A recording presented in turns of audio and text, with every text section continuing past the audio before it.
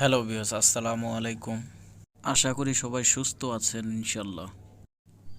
আজকে অ্যালুমিনিয়াম বিষয়ে জানবো। অ্যালুমিনিয়াম বা এলো কিভাবে ওয়েল্ডিং করা হয় বা তার দক্ষতা কী। ভিডিওটা খুব সংক্ষেপে আলাপ করব, অবশ্যই বুঝে নেওয়ার চেষ্টা করবেন ইনশাল্লাহ। এলো ওয়েল্ডিং করতে গেলে অবশ্যই ওয়েল্ডিংয়ের বিষয় জানতে হবে। সেটা হলো আপনার সর্বপ্রথম রড, দ্বিতীয়ত হলো আমি কিভাবে ওয়েল্ডিং করব। অ্যালুমিনিয়াম এমন একটা মেটাল যে তাকে অন্য মেটালের সঙ্গে কখনো সহায়তা করা যায় না, বা তাকে ওয়েল্ডিং করে অন্য মেটালের সঙ্গে সহায়তা করার কখনোই সম্ভব না। সেজন্য অ্যালুমিনিয়াম ওয়েল্ডিং বা অ্যালুমিনিয়াম একটি মেটাল, খুব গুরুত্বপূর্ণ মেটাল। এটা বিভিন্ন কাজে ব্যবহারও করা হয়। তো ভিউয়ার্স, আমি এটাই বলতে চাই, অ্যালুমিনিয়াম বা এলো এটা ওয়েল্ডিং করার সময় সমতুল্য দুটোকেই পরিপূর্ণভাবে হিট করতে হয়। যখন মালটা দুইটা মালকে যখন ভেঙে যাওয়া একটি মাল অপরটি মালের সঙ্গে জোড়া দেবেন, তখন অবশ্যই দুটোকে পরিপূর্ণভাবে গলিয়ে নিতে হবে। তাহলে দুটো মালকে গলিয়ে নেওয়ার জন্য অবশ্যই আমাদেরকে সেটার যন্ত্র খুঁজতে হবে। যেমন আমাদের এলপি প্লাস গ্যাস, যেটা আমরা অ্যাসিডিল বলি, আবার এলপি বলি। আমাদের দুই ধরনের গ্যাস দিয়ে মূলত এইসব কাজ করা হয়।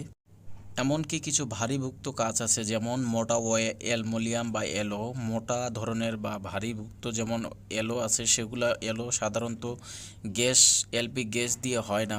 সেগুলো আমাদের বল্লম দিয়ে বা বলুয়ার দিয়ে সেগুলোকে হিট করতে হয়।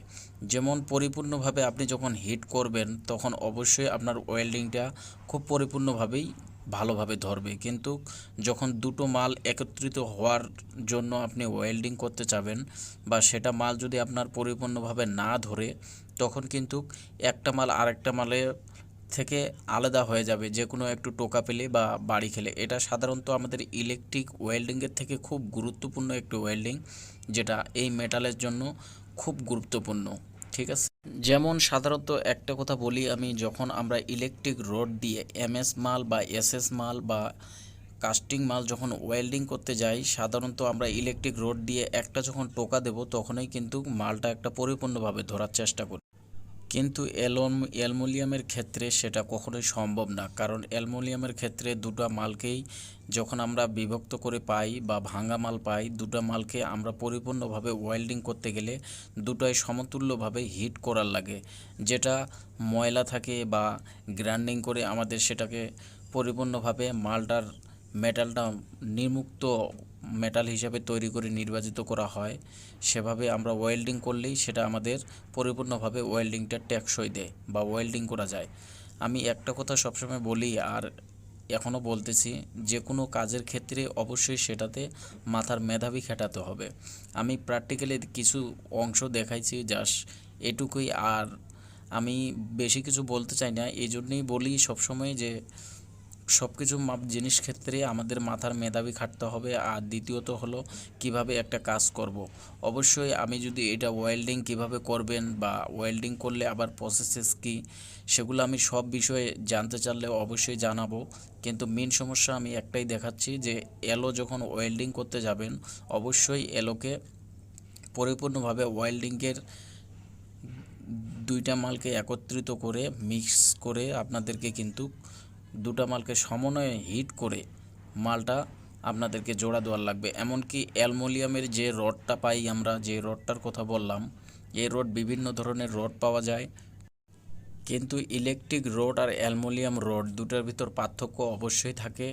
সেটা হলো একটা জিনিস, যে আমরা ইলেকট্রিক রড যখন সামথিং কিছু ওয়েল্ডিং করতে যাব, তখন একটা টোকায় আমাদের সাধারণত আমরা অনেক সময় বলি যে ইলেকট্রিক রড এমনও রড, আমরা ইলেকট্রিক রড ব্যবহার করি যে সাধারণত একটা ফোঁটা দিলে 1 টনের সমতুল্য শক্তি ধরে রাখতে পারে। কিন্তু অ্যালুমিনিয়ামের ক্ষেত্রে সেটা না।